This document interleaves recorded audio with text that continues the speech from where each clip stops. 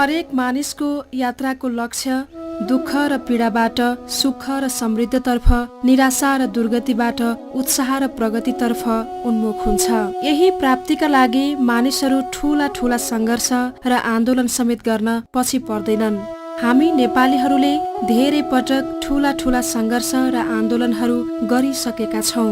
यही क्रमको एउटा हिस्सा हो नेपालको जनआन्दोलन 2063। इतिहासका ती अनगिन्ती आन्दोलनहरू भन्दा पृथक थियो जनआन्दोलन 2063। इतिहासमै हामी नेपालीहरूले चाहेर पनि नपाएको एउटा पृथक उपलब्धि यस आन्दोलनले दिएको छ। त्यो हो आज हामी तमाम नेपालीहरू आफ्नो संविधान आफै बनाउन गइरहेका छौँ।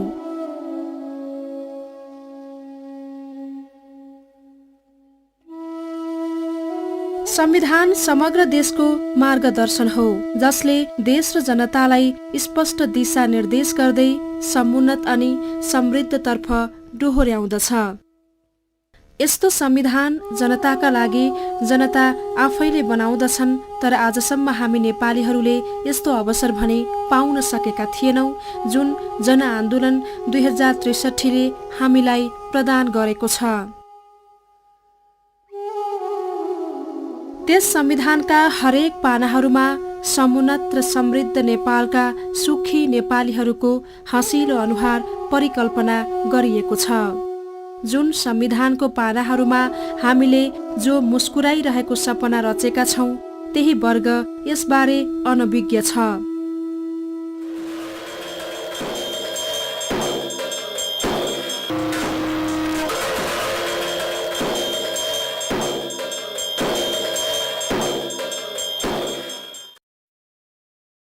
तपाईले संविधान भनेको सुन्या छ? खोइ संविधानमा त अलिअलि सुन्थे के हो अब संविधान भन्ने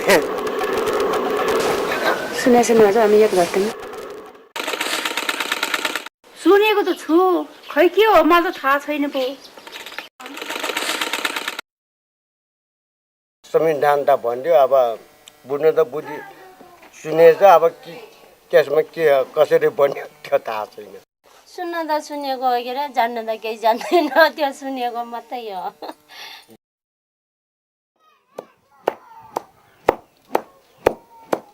तपाईले संविधान भनेको सुन्नु भएको छ?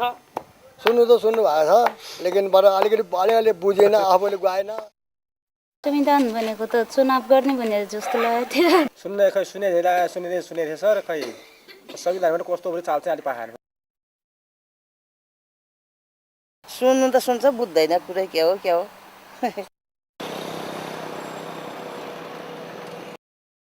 हाम्रो देशमा संविधान बन्दैछ भन्ने कुरो थाहा भएको छ? अलिअलि हल्ला त सुनेछु। संविधान भनेको के थाहा छ? संविधानको होला मेरै क्या पनि थाहा नै आछ। जुन संविधान जसका लागि बन्दैछ त्यहाँ उसको सहभागिताको अपरिहार्यता बुझ्न जरुरी देखिन्छ। यही आवश्यकतालाई दृष्टिगत गरी नेपालका नागरिक सामाजिक संस्थाहरूले संविधान सभा सहयोग सञ्जाल कोकासको माध्यमद्वारा संविधान निर्माण प्रक्रियामा सीमान्तकृत समुदायको सहभागिता अभियान कार्यक्रम सञ्चालन गरेका थिए। देशको 75 वटै जिल्लाका विभिन्न समुदायहरूमा सञ्चालन भएको उक्त कार्यक्रम पश्चिमाञ्चल विकास क्षेत्रको 11 वटा जिल्ला र मध्यमाञ्चल विकास क्षेत्रको 1 जिल्ला गरी 12 वटा जिल्लाका विभिन्न सीमान्तकृत समुदायका बस्तीहरूमा सुशासन तथा विकास प्रतिष्ठान आइजिडीले सञ्चालन गरेको थियो। आजको कार्यक्रमको अध्यक्षता ग्रहण गरिदिनका निम्ति सुशासन तथा विकास प्रतिष्ठान आइजिडी का सचिव श्री मुक्ति रिजालज्यूलाई हार्दिक आग्रह गर्दछु।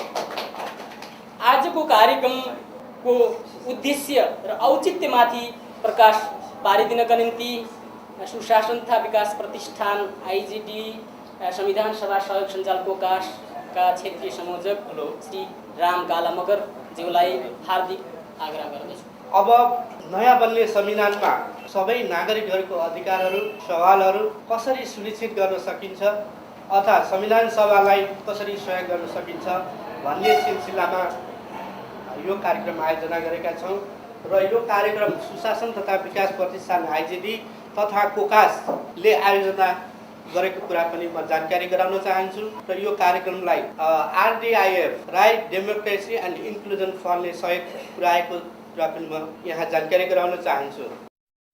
हाम्रो संविधान निर्माण प्रक्रियामा हाम्रो कस्तो भूमिका हुने हो भन्ने विषयमा नागरिकहरूलाई जुन एउटा प्रशिक्षण दिनको लागि यहाँहरूले प्रयास गरिराख्नु भएको छ र यहाँहरूको प्रयासलाई हाम्रो चाहिँ सहयोग हुनेछ र यहाँहरूसँग हामी सँगै हुनेछन् भन्ने प्रतिबद्धता र यो काममा यो संस्था योसँग आबद्ध तपाईँ सहजकर्ता र सबै निकायहरू सफल हुनुहोस्। यसमा साथ मात्रै होइन पुरै हात्तेमालो गरेर हिँड्न एमाले तयार छ।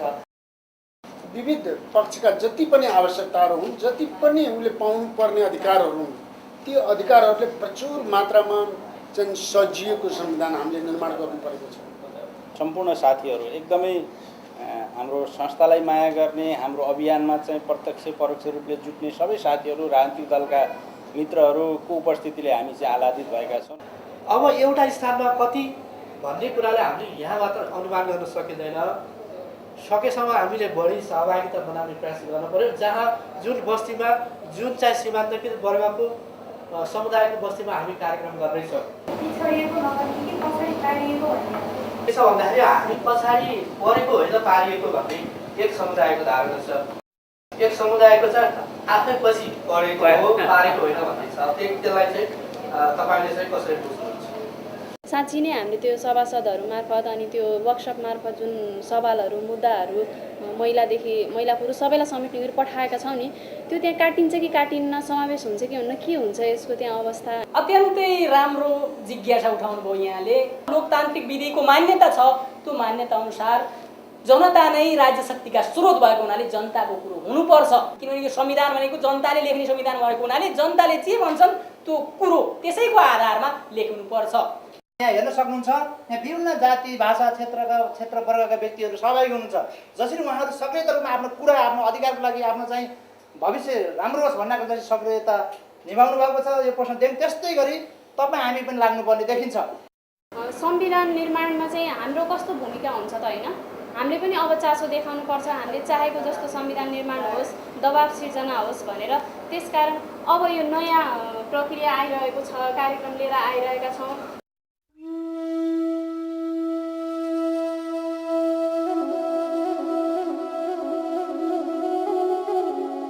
यसरी आइजिडीद्वारा प्रशिक्षित सामुदायिक सहजकर्ताहरूबाट हिमालदेखि तराईसम्मका विभिन्न जिल्लाहरूमा संविधान निर्माण प्रक्रियामा सीमान्तकृत समुदायको सहभागिता अभियान कार्यक्रम सञ्चालन भएको थियो।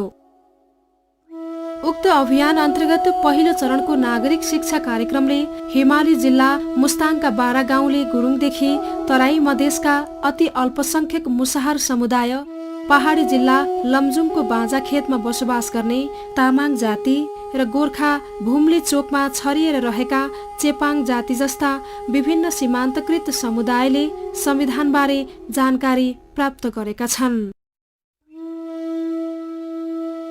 संविधान के हो? संविधान निर्माणका प्रक्रियाहरू के हुन्? संविधान निर्माण प्रक्रियामा नागरिक सहभागिताको महत्त्व र नागरिकहरूको भूमिका कस्तो हुनु पर्दछ? हाल निर्माण हुन गइरहेको संविधानमा के कस्ता कुराहरू व्यवस्था हुन जरुरी छ भन्ने बारे समुदायलाई जानकारी गराउने र आफ्ना सवालहरू उठान गर्न उत्प्रेरित गर्दै उनीहरूलाई संविधान निर्माण प्रक्रियामा सहभागी हुन सबलीकरण गर्ने यस नागरिक शिक्षा कार्यक्रमको मुख्य उद्देश्य रहेको छ। अभियानको पहिलो चरणको कार्यक्रम नागरिक शिक्षा सञ्चालन गरिएको करिब 15 दिन पश्चात सबै समुदायहरूले निकट भविष्यमा निर्माण हुन लागेको संविधानमा आफ्नो समुदायको हक अधिकार सुनिश्चित गर्नका लागि समुदाय स्तरमा छलफल गरेका छन्। अभियानको दोस्रो चरणको कार्यक्रम सामुदायिक घोषणा पत्र निर्माणका क्रममा हिमालदेखि पहाड हुँदै तराईसम्मका विभिन्न सीमान्तकृत समुदायहरूले आपसमा छलफल गरी महत्त्वपूर्ण सवालहरू उठान गरेका छन्। यिनै महत्त्वपूर्ण सवालहरूका आधारमा प्रत्येक समुदायले नयाँ संविधानका लागि आफ्नो घोषणा पत्र तयार गरेका छन्। यो नेपालको हिमाली जिल्लाहरूमध्येको एक प्रसिद्ध जिल्ला मुस्ताङ हो। यस जिल्लाको प्रसिद्ध स्थलहरूमध्ये कागबेनी पनि एक हो। मुस्ताङ जिल्लामा बाहुल्य रहेको गुरुङ समुदायको प्रतिनिधित्व गर्दै देशमा निर्माण हुन गइरहेको संविधानमा आफ्ना हक अधिकार सुनिश्चित गर्न के कस्ता सवालहरू उठान गर्ने भन्ने बारे छलफल गर्न आज कागबेनीवासीहरू यसरी भेला भइरहेका छन्। प्रधानमन्त्री नाकेन त मदत नाकेन जान्दै जाला मलंगको त जी कार का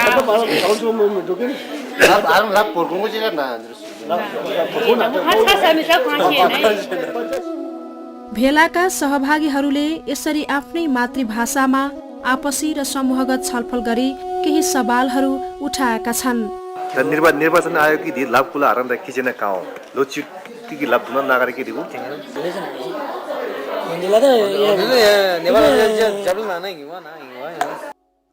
उनीहरूले यिनै सवालहरूका आधारमा सामुदायिक घोषणा पत्र तयार गरेका छन्।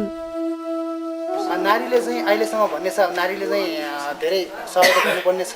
यदि सांसद चाहिँ 3 जना 2 जना भन्न हुन नसक्यो भने 1 जना चाहिँ हुनुपर्ने जस्तो लाग्छ कि। जस्तै अब सांसद चाहिँ पुरुष भयो भने उपसभापति होस् अथवा सभापति त्यसमा चाहिँ एउटा नारी हुनुपर्ने। स्कुलले हाल त सुरु छैन न स्कुलले हाल सुरु छैन नि धनन्दी हारंगी के चराया हारंगी छोलु चराया हारंगी कोला हारंगी सोल लु धनन्दी धन पेपर चला हेर्न पेपर नि हारमा मेछमा न हार दिगिल बारा कहूंगी मी मुस्ताङकी मी मुस्ताङ भाषी की मी ओन्दी छेवाना छेना के न हार के इन हार के मासे को स्थानीय की शिक्षक न हार मिजे हार दि मुस्ताङ भाषी की मिजे नि माठा हैन अनि मुस्ताङकी मी पोर गएन नि नयाँ नेपालमा चाहिँ धर्मनिरपेक्ष नेपाल भन्छ नि त्यसमा चाहिँ हुन त अब धर्मनिरपेक्षको कुरा त चलिरहेछ भइरहेछ तै पनि अफिसियली हिसाबले चाहिँ कुनै पनि योजना कुनै पनि धर्मस्थल ठाउँ यहाँ गुम्बाहरू पुरानो एकदम महत्त्वपूर्ण गुम्बाहरू भत्किन लागेको हराउन लागेकोहरू धेरै छन्। तर किनभने त्यो योजना दुवैले बराबरको हिसाबमा चाहिँ हिन्दूलाई पनि विकास गर्ने बौद्धलाई पनि विकास गर्ने अहिले चाहिँ के भइरहेछ भने अब हुँदै नभएको ठाउँमा चाहिँ केही गर्नै नपर्ने ठाउँमा चाहिँ हिन्दूको प्रभाव बढी भएकोले हिन्दूको कर्मचारी हिन्दूको त्यहाँ योजना अधिकारी सबै त्यहाँ हिन्दूको भएको हुनाले कुनै पनि बजेट छुटाउँदाखेरि त्यही हिन्दूमा चाहिँ बढी ध्यान हुने। पहिला कर्मचारीहरूले अलिकति हस्तक्षेप गरेर चाहिँ हाम्रो नाममाथि चाहिँ थरमाथि चाहिँ गुरुङ भनेर उनीहरूले आफ्नै खुसीले गरेको यो वास्तवमा चाहिँ हाम्रो आइडेन्टिफायर हाम्रो भनेको चाहिँ यो 12 गाउँको चाहिँ 12 गाउँबा हुनुपर्ने माथि लोवाको चाहिँ लोवा हुनुपर्ने। जस्तै जनजाति आयोगले चाहिँ यस सम्बन्धमा चाहिँ एकदम राम्रो छानबिन अनुसन्धान गरेर चाहिँ यसलाई चाहिँ त्यो गर्नु पर्यो। र उक्त घोषणा पत्रमा हस्ताक्षर गरी सामूहिक प्रतिबद्धता समेत जाहेर गरेका छन्। मुस्ताङ जिल्लामा बसोबास गर्ने यो अर्को समुदाय हो थकाली। थकाली जातिहरूको उद्गम स्थल पनि मुस्ताङ जिल्ला नै हो। म्याग्दी र मुस्ताङ जिल्लाको सिमानामा पर्ने घासादेखि काली गण्डकीको वरपर हुँदै टुकुचे गाउँसम्मलाई थाक खोला भनिन्छ र यही क्षेत्रमा थकाली जातिहरू छरिएर रहेका छन्। नयाँ संविधानमा आफ्ना हक अधिकारलाई कसरी सुनिश्चित गर्न सकिन्छ भन्ने विषयमा छलफल गर्न आज यी थकाली समुदायका मानिसहरू पनि मुस्ताङ जिल्लाको लेतेमा भेला भएका छन्। भेलाका सहभागीहरू विभिन्न समूहमा विभाजन भई उत्साहपूर्वक आफ्नो छलफललाई संविधानका मूलभूत विषयवस्तुहरूमा केन्द्रित गराइरहेका छन्। समूहगत छलफलका निष्कर्षहरूलाई यसरी प्रस्तुत गर्दै सबैको सहमति स्वरूप हस्ताक्षर समेत गरेका छन्। राष्ट्रपति र प्रधानमन्त्रीको नियुक्ति देशका सम्पूर्ण जनताबाट हुनुपर्ने भन्नु खोजेको कुरो पनि के हो भने अहिले जब अब संसद थ्रुबाट त्यो हुने धनीवाला छन् भनेपछि अब विदेशी सहयोग पायो भने संसदलाई किनेर पनि राष्ट्रपति हुन सक्ने प्रधानमन्त्री हुन सक्ने। जनजाति आयोगले थकाली समुदायको भाषा संस्कृति वेशभूषा र सोच बचाउन व्यवस्था गरिदिनु।